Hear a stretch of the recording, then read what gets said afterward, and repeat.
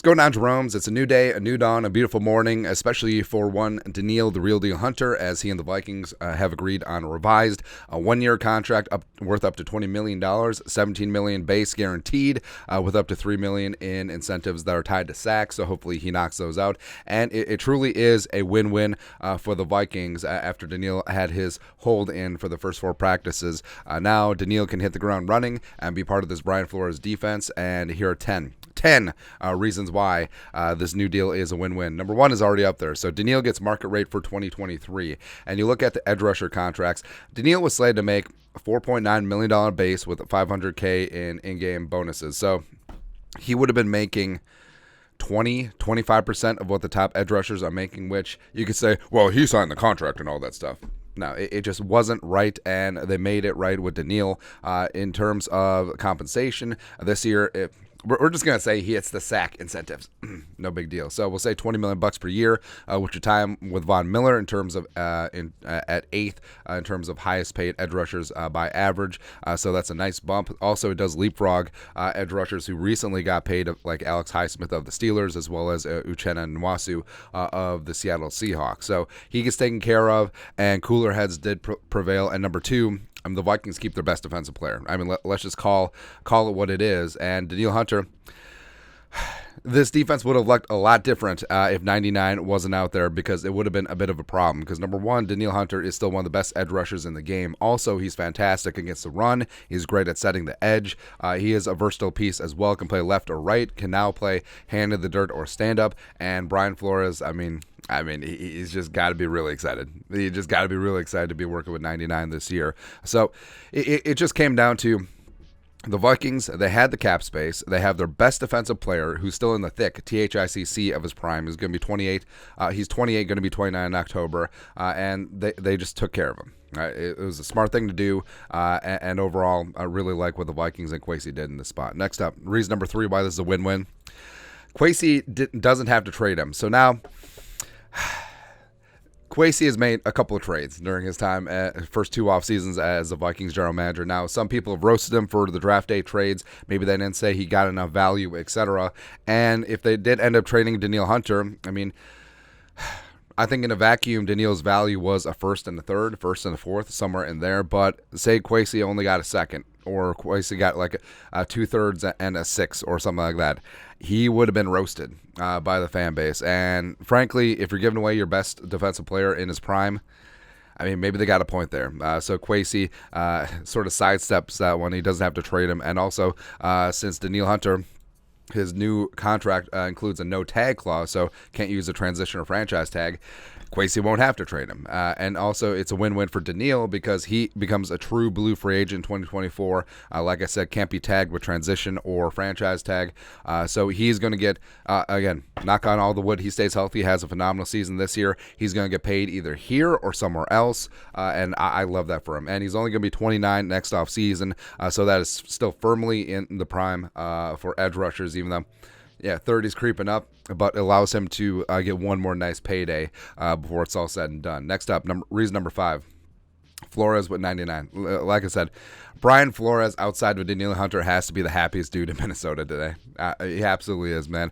And, the whole talk is like, well, Danielle just learning how to play stand-up. He was learning stand-up on the fly last year, still had 10.5 sacks, led the team, second in pressures. And with Flores, he's going to be multiple up front. And we keep equating it to how he used Trey Flowers in New England, where Trey Flowers was a hand-the-dirt defensive end, more of a 4-3 guy, and the Patriots were primarily playing with 3 down linemen, still was able to find different ways to get him involved and really accentuate what he does well. And Flores is a defensive guru. He's a defensive genius, and he's going to put 99 in spots where he's going to be a problem for offenses all damn season long. So I'm really fired up. It's like, Danielle's career high for sacks is 14.5, which he had in back-to-back seasons, 2018, 2019. Could we see more? Let's go. Let's go, man. Plus, again, this defense looks a lot different. It really does. Next up, reason number 6 why this is a win-win.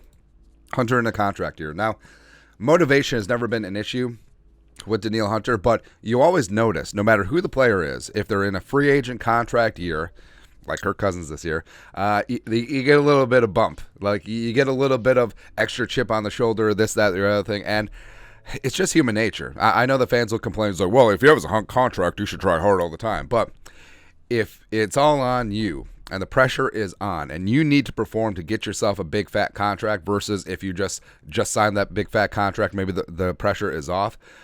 I mean, it does change you. And Danielle has the sack incentives. He's going to be a free agent next year. Every single big play that he puts up, it means more money in his bank account next offseason. So we're going to see 99 come out like a house on fire, man. It's going to be great. Next up, number 7. Hunter showed how it's done. So throughout this entire debacle, Danielle Hunter, whether it was Spielman 2 off seasons ago, with Kwesi these last 2 off seasons, Danielle, outside of liking a couple tweets about trades or following some Jaguars on Instagram, he didn't make it about him. He didn't make it a spectacle, and he certainly could have. Where if you have a star player, especially a couple years ago when Danielle was still in his prime, although coming off that herniated disc in his neck, but you've seen it. Star players with contract disputes with their team, they either sell their house, they act out on social media, time for a new beginning, they go on a podcast and run their mouth and talk bad about the franchise and the coach and the GM and all that stuff. Danielle Hunter did none of that. Absolutely none of that for the last 3 off seasons, and he just shows how good of a teammate he is, how he's a pro's pro, and he got it done. I mean, the last 3 off seasons, he's gotten revised contracts, he's gotten his money, and now he's set up to be a free agent next off season. So it's a great spot for him. And again, I have a lot of respect for how he carried himself throughout these last 3 off seasons. Next up, number 8. Good to show the rest of the locker room. So not only is it a good example that Hunter set for his teammates, but also it's good on Kwesi to show the locker rooms that, hey, we didn't have to do this. We had the leverage. We could have took this to the mat and said, Danielle, you play here for 4.9 or you play nowhere else. We're not going to trade you. You come here and you play out the contract that you signed, which would leave a bad taste in the mouth for a lot of players. Now, it's an unwritten rule that you don't talk about players' money if you're a teammate, but also you understand the vibe with the franchise. You understand, some teams take care of their players, some teams don't. And this is a really good sign. Again, the Vikings had all the leverage in this spot. They didn't have to trade him. They didn't have to give him more money in a 1-year deal, but they did just that because they took care of their guys, and I think it's a good sign to show the rest of the guys who are championing the bid for their own new contracts. Next up, number 9.